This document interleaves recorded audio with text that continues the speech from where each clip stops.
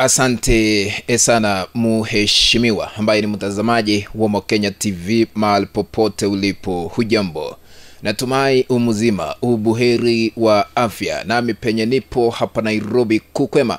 Karibu katika uchanganuzi wa siasa ili nikueleze yale ambayo yanaendelea katika taifa letu la Kenya, kisha baadaye nitakuwa na changanua moja kwa moja. Naomba tu uweze kunifuatilia maana naleta hii kanda chini ya dakika 10. Ikumbuke kwamba leo ni tarehe mosi, siku ya kimataifa ya wajinga, wala ambao walidanganywa. Poleni. Karibu katika uchanganuzi wa siasa siku ya leo. Rais William Ruto na kiongozi wa chama cha ODM Raila Odinga watashitakiwa katika mahakama, na katika kanda hii tunaenda kuchanganua ni kwa nini wanaenda kushitakiwa, wamefanya makosa gani.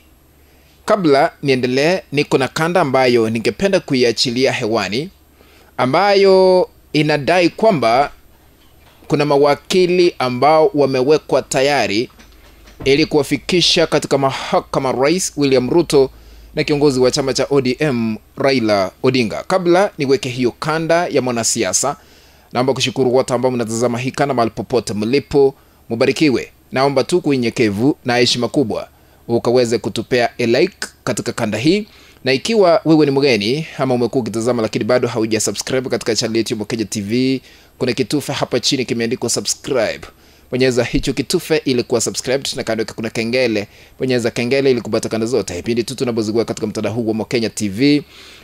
Kwa sababu wakati tumeweka kanda mpya utakuwa unapokeza notification kufahamishwa kwa Mokenya TV ameweka kanda mpya ambayo inastahili kutazamwa. Sambaza hii kanda kwa group moja ama 2 3 katika mtandao wa WhatsApp na hata katika mtandao ule mwingine wa Facebook. Sasa mrengo wa Azimio la Umoja wamesema liwe liwalo na liwe hawatakubali mwenyekiti ambaye anaenda kuchaguliwa pamoja na makamishina katika tume ya uchaguzi humu nchini IEBC. Kwa nini wanasema hivyo? Wanasema ya kwamba Raila Odinga wakati alikuwa katika mrengo wa upinzani ndiye aliweza kuwakilisha muungano huo, kupendekeza ni akina nani ambao wanaenda kufanya ama kusaili makamishena na yule ambaye atachaguliwa kuwa mwenyekiti. Lakini baadaye Raila Odinga aliweza kuruka mrengo wa upinzani na akaingia katika serikali ya Rais William Ruto. Kwa hivyo hakutakuwa na uwazi. Kiongozi wa chama cha DAP Kenya Eugene Wamalwa wamesema kama mrengo wa upinzani wako tayari, wako na mawakili ambao watafika katika mahakama kushitaki Ruto na Raila Odinga ili kusimamisha shughuli ya kumchagua mwenyekiti wa tume ya IEBC na makamishina. Tusikize. Sisi ambao tumesalia kwa upinzani tumesimama na wananchi na Gen Z na tumesema hatutaingia serikali ya Zakayo, hatuko kwenye broad based. Kwa hivyo haiwezekani pahala tumefikia Bwana Raila na Bwana Ruto wakutane kwenye ikulu wakiwa watu wa broad based wasemezane peke yao. Hiyo itakuwa kinyume na yale mafikiano yalikuwa kule Bomas ya NADCO. Na hayo hayakuwa tu mazungumzo, yaliweka kwenye sheria, yalipelekwa bungeni. Kwa hivyo tuambia Bwana Ruto na Bwana Raila kama wao walio serikalini sasa broad based watawacha upinzani nje, hatutakubaliana na uteuzi wa mwenyekiti ajaye. Na tuna haki kwenda mahakamani sababu tuliweka ile ripoti kwenye sheria, na ndio sababu kwa statement yetu tumesema wala haya sasa tutashughulikia kisiasa na vile vile kisheria. Mawakili wetu wako tayari, wakili wetu Ndegwa Njiro wako hapa na wengine kuelekea mahakamani. Mheshimiwa Kalonzo aliyekuwa mwenyekiti wa NADCO ashamwandikia Mheshimiwa Raila barua kumkumbusha. Haya ndio maelewano tulikuwa nayo Bomas. Masikiza vile Eugene Wamalwa akiwa na Kalonzo Musyoka, kina Martha Karua wote walikuwa hapo. Now, I want to put this into perspective so that we can understand why Azimio la Umoja, why Kenya is opposing kuchaguliwa kwa mwenyekiti katika tume ya IEBC na makamishena. Kwa nini wanapinga hii shughuli kuendelea? Number 1, as Azimio la Umoja or as opposition, they are not trusting Raila Odinga representing them in the formation of IEBC. hawamwamini Raila Odinga kuwakilisha mrengo wa upinzani. Kwa sababu gani?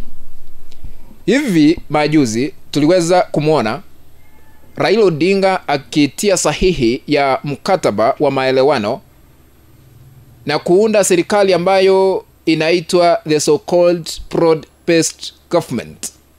Kwa hivyo, kwa sababu hii ni shughuli ya kufanikisha kufanya kazi pamoja kati ya Raila Odinga na Rais William Ruto, hakuna vile Raila Odinga atarepresent Azimio kwa sababu yeye tayari yuko katika serikali.